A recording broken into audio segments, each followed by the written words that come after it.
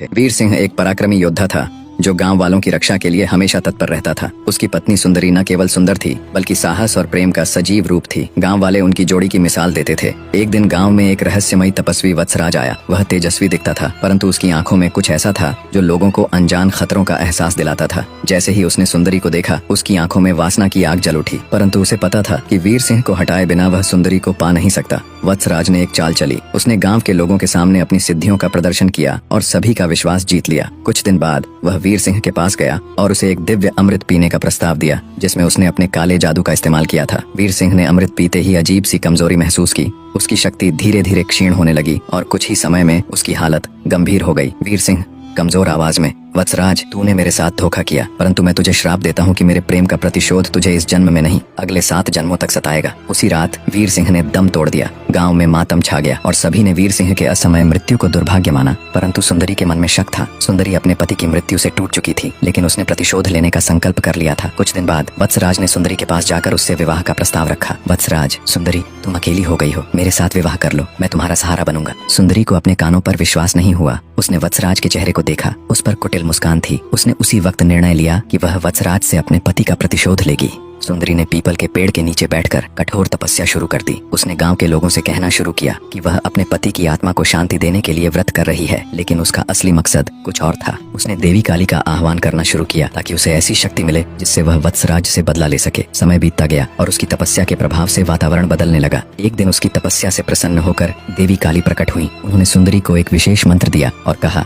इस मंत्र का जाप करने से तुम्हारे पति की आत्मा शक्ति प्राप्त करेगी और तुम्हारा प्रतिशोध पूरा होगा।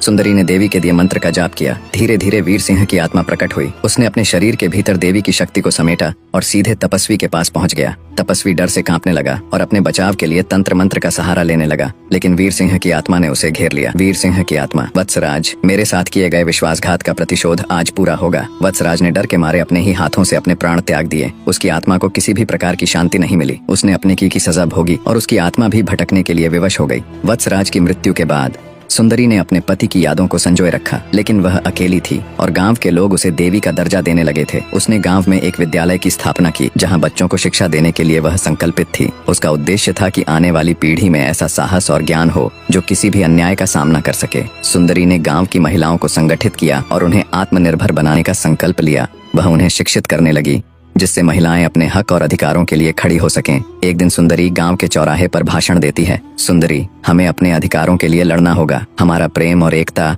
हमें कभी भी हारने नहीं देगी। हम सब मिलकर अपने गांव को एक सुरक्षित और खुशहाल स्थान बना सकते हैं। गांव की महिलाएं उसे सुनकर प्रेरित हुईं और धीरे धीरे एक सशक्त समूह में बदल गईं। लेकिन सुंदरी की खुशियां जल्दी ही खत्म होने वाली थीं। गांव में फिर से एक अंधेरा बादल छाने लगा। एक और जादूगर जिसका नाम कालिदास था गांव में आ गया। वह वत्सराज का शिष्य था और अपनी काली शक्तियों के लिए जाना जाता था। कालिदास की आंखों में कुटिलता का भाव है। कालिदास, मैं इस गांव में फिर से अराजकता फैलाने आया हूँ। मुझे सुंदरी और उसकी शिक्षा को समाप्त करना होगा। जब तक वह जिंदा है मैं अपने गुरु के कार्य को पूरा नहीं कर सकता। कालिदास ने गांव के चारों ओर एक जाल बिछाना शुरू कर दिया जिसमें वह गांव के बच्चों को अपनी जादुई शक्तियों से मोहित करने लगा। बच्चे धीरे धीरे उसकी बातों में आ गए और गांव की शांति भंग होने लगी। सुंदरी को पता चला कि गांव के बच्चे कालिदास की जादुई शक्तियों के जाल में फंसने लगे हैं। उसने तुरंत एक सभा बुलाई और गांव वालों से बात की। सुंदरी, हमें इस खतरे का सामना करना होगा। हमें एकजुट होकर कालिदास का मुकाबला करना होगा। अगर हम अपनी शिक्षा और ज्ञान को बचाने में असफल हुए तो हमारा भविष्य अधूरा रह जाएगा। गांव के लोग उसकी बात सुनकर सहमत हो गए और सभी ने मिलकर योजना बनाई कि वे कालिदास का सामना करेंगे। एक रात गांव वालों ने एकत्र होकर कालिदास के ठिकाने पर जाने का निर्णय लिया। सुंदरी ने अपने साथ कुछ युवा लड़कों